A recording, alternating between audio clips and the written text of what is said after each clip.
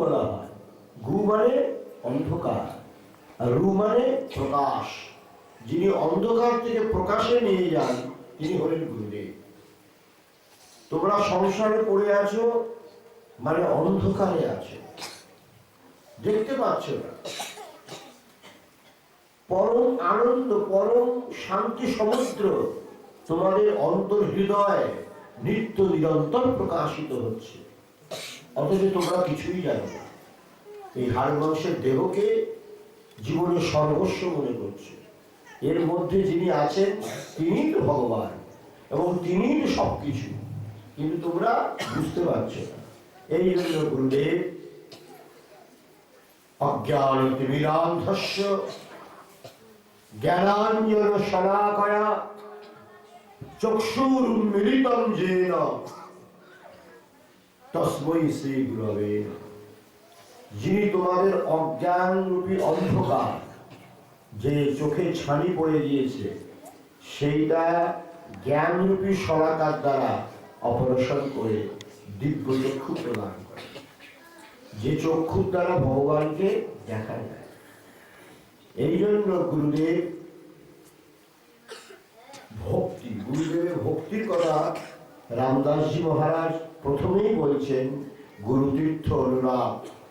গুরুতে অনুরাগ মানে ভক্তি, গুরুর প্রতি ভালোবাসা, তাকে শ্রদ্ধা করা, তার নির্দেশ আদেশ উপদেশ মতো চলতে হয়, তবেই জানবে মোক্ষ হস্ত আবরত দেয়।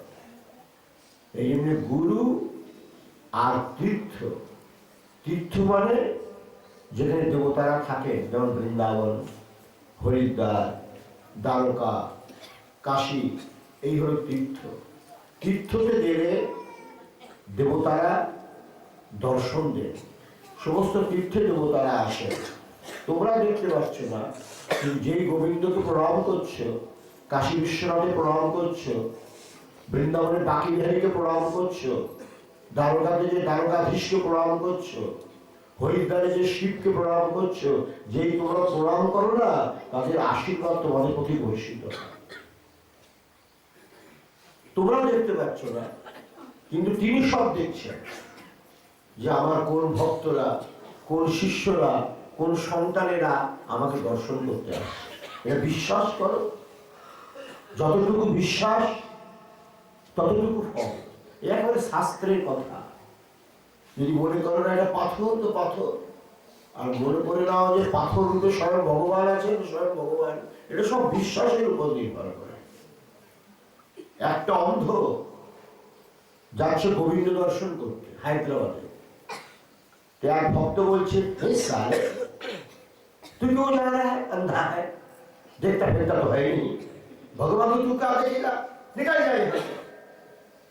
তখন সে অন্ধ বলছে যে আমি তো অন্ধ বুঝলাম, কিন্তু ভগবান তো অন্ধ নয়, मैं अंधा हूं, কিন্তু ভগবান अंधा थोड़ा है, वो तो मुझे देखेगा, बस मेरा बेड़ा पार। বলছে আমি অন্ধ ঠিকই, কিন্তু ভগবান তো অন্ধ না, তিনি তো আমাকে দেখছেন, বাস আমার দেহ নৌকা পার হয়ে যাবে। এই হলো বিশ্বাস। বিশ্বাস যদি করো, বিশ্বাসীতে মিলায় বস্তু, তর্কেতে বহু দূর।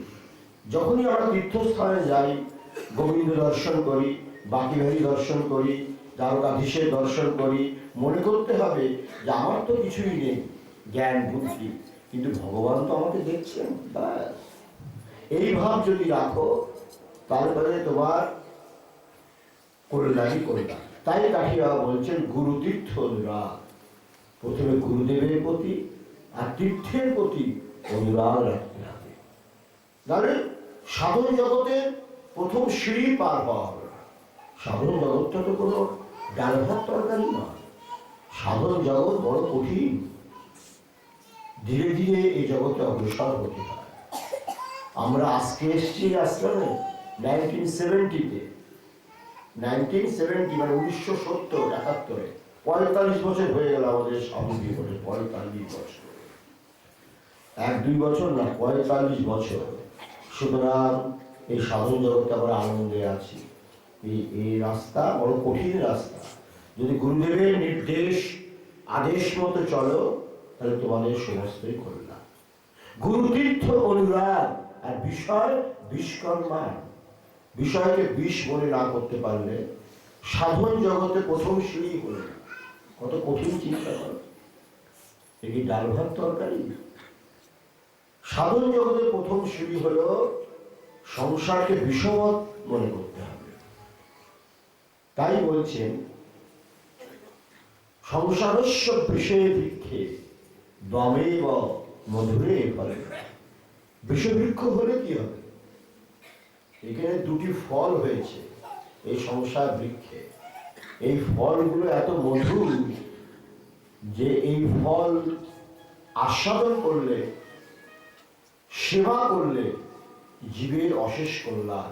সেই দুটি ফল কি? একটা হলো গীতা, এটা সংসারের ফল হয়েছে বৃক্ষে, গোবিন্দর মুখ থেকে বেরিয়েছে শ্রীমদ্ ভগবত গীতা। বেদব্যাসের উপনিষদ, ব্রহ্মসূত্র, এইগুলিকে বলা হয় ফল, সংসার বৃক্ষের ফল।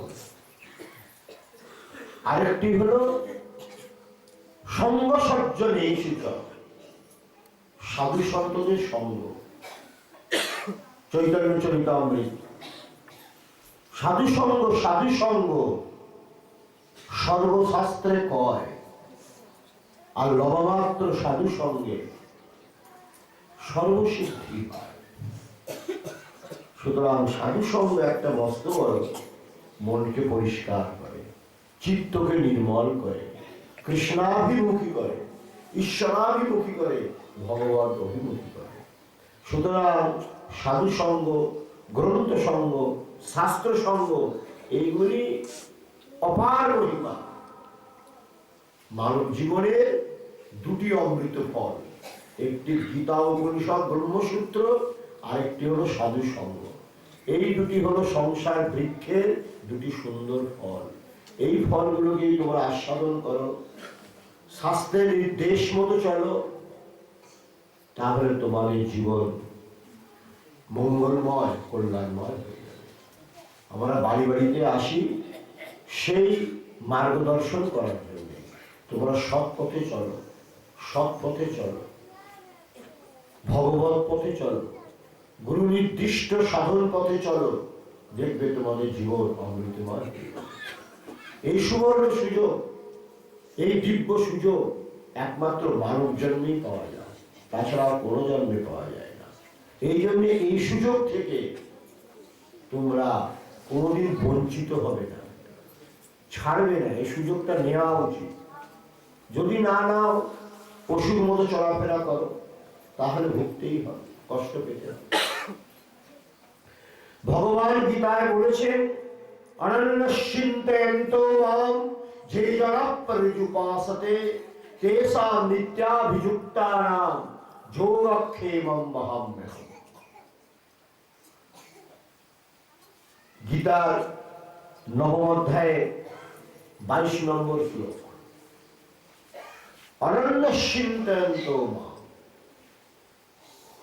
অন্য কোনো চিন্তা না করে অর্জুন যে কেবল আমার চিন্তা করে, সংসারে থেকে তার সর্বপ্রকার অভাব আমি পূর্ণ করি, তার সর্বপ্রকার আবশ্যকীয় বস্তু আমি বহন করে নিয়ে আসি। কত বড় কথা! ভক্তের বোঝা ভগবান বহে। ভক্তের বইতে হয় না, ভগবান স্বয়ং বহন করে নিয়ে আসে। ভগবান কত কৃপালু, কত দয়ালু, দয়ার সাগর। তিনি তো দুটি হাত ধরে তোমাদের কোলে নেওয়ার জন্য বসে আছে, কিন্তু তোমরা ওখানে যেতে চাও না। বাবা, এখানে বউ আছে, ছেলে মেয়ে আছে, নাতিপুতি আছে, কি আরাম, আর করতাম পারতাম না, এখানেই থাকতাম, যাইতাম না। ভগবান এখন কোলে বসে আছেন, আমার সন্তান, আমার চরণে আসো। তোমরা দিব্যলোকের লোক, এই মর্তলোকে কুয়ার মধ্যে কেন পড়ে আছো? এখানে শান্তি কোথায়? তোমার অশান্তিরই আড়ম্বর। সবই অস্থির, সবই চঞ্চল, সবই সাময়িক, সবই ক্ষণিক। তোমরা আমার কাছে আসো যেখানে নিত্য সত্য সনাতন। ভগবান বারবার গীতা অর্জুনকে বলছে, আমি যেখানে থাকি সেটা নিত্য সত্য সনাতন বৈকুণ্ঠ ধাম, গোলকধাম। তোমরা আমার সন্তান, আমার কাছে থাকবে। নেই মর্তলোকে পেড়ির মধ্যে পড়ে আছো, কামনা বাসনা রূপী কতগুলি পোকার মধ্যে ফেসে আছো। তাই ভগবান অর্জুনকে উপলক্ষ করে অনন্ত বিশ্ববাসীকে সম্বোধন করে বলছেন, অনন্যশ্চিন্তয়ন্তো মাম যে জনা পর্যুপাসতে তেষাং নিত্যাভিযুক্তানাং যোগক্ষেমং বহাম্যহম। এর অনেক শাস্ত্রীয় বেদা বৈদান্তিক ব্যাখ্যা আছে, আমি খুব সংক্ষেপে বলছি। যোগক্ষেমং বহাম্যহম এর সাধারণ অর্থ হলো ভক্তের আবশ্যকীয় বস্তু ভগবান বহন করেন, এর সাধারণ অর্থ। আর এই বেদান্তগত অর্থ হলো যে জিনিসটা আমার নেই সেই জিনিসটা তিনি পুড়িয়ে দেন, আর যে জিনিসটা চলে যাওয়ার কথা সেই জিনিসটা সংরক্ষণ করেন। এইটি হলো শাস্ত্রের ব্যাখ্যা। আর সাধারণ ব্যাখ্যা হলো যে জিনিসটা আমার নেই সেই জিনিসটাকে ভগবান নিয়ে আসেন, বহন করে নিয়ে আসেন, আমাদের কিছু করতে হয় না।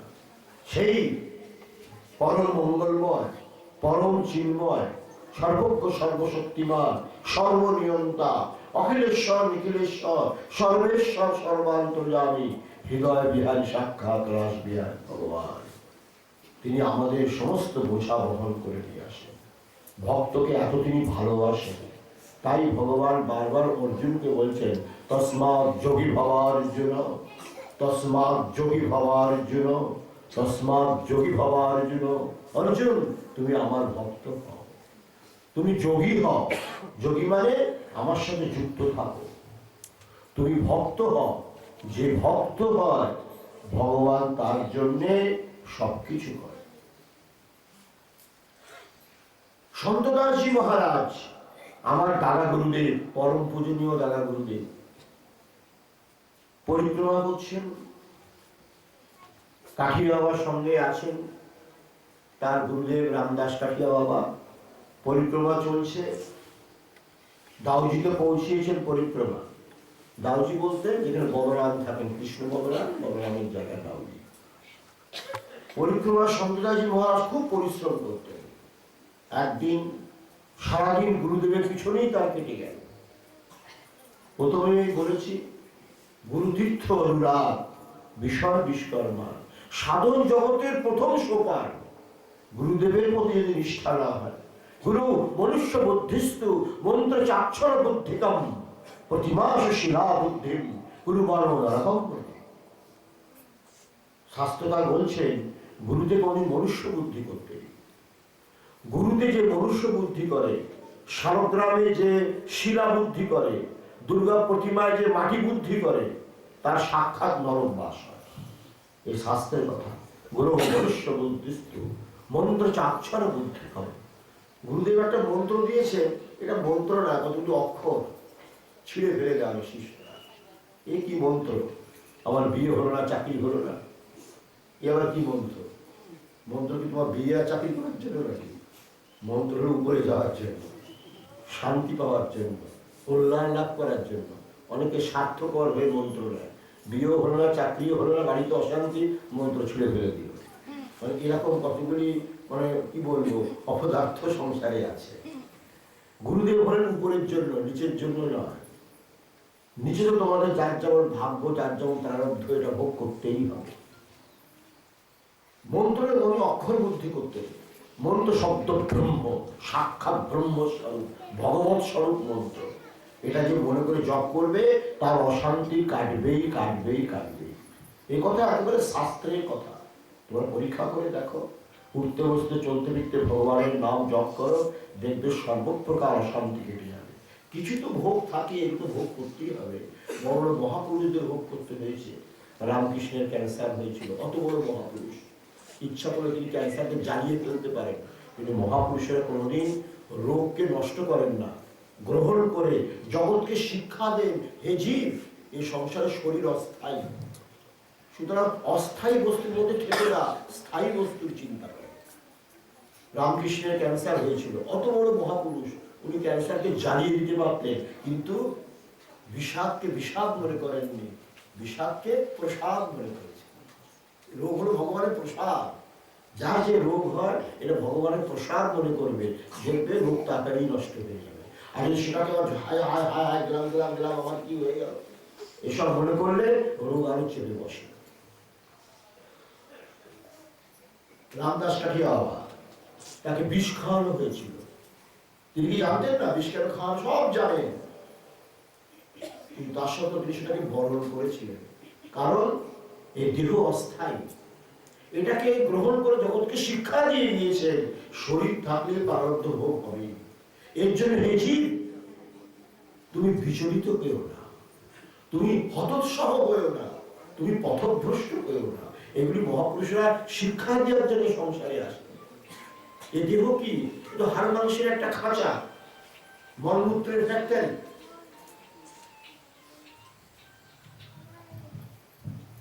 মলমূত্রের কারখানা এই দেহের মধ্যে আছে নাকি? আজকে আছে, কালকে নেই। এমন একটা দেহের প্রতি মায়ামোহ করে লাভটা কি? যদি মায়ামোহ করতে হয়, ভজ গোবিন্দম ভজ গোবিন্দম গোবিন্দম ভজ গোবিন্দম ভজ গোবিন্দম ভজ গোবিন্দম ভজ গোবিন্দম ভজ গোবিন্দম ভজ গোবিন্দম ভজ গোবিন্দম ভজ গোবিন্দম ভজ গোবিন্দম ভজ গোবিন্দম ভজ গোবিন্দম ভজ গোবিন্দম ভজ গোবিন্দম গোবিন্দম ভজ মূঢ়মতে গোবিন্দম ভজ মূঢ়মতে ভজ গোবিন্দম ভজ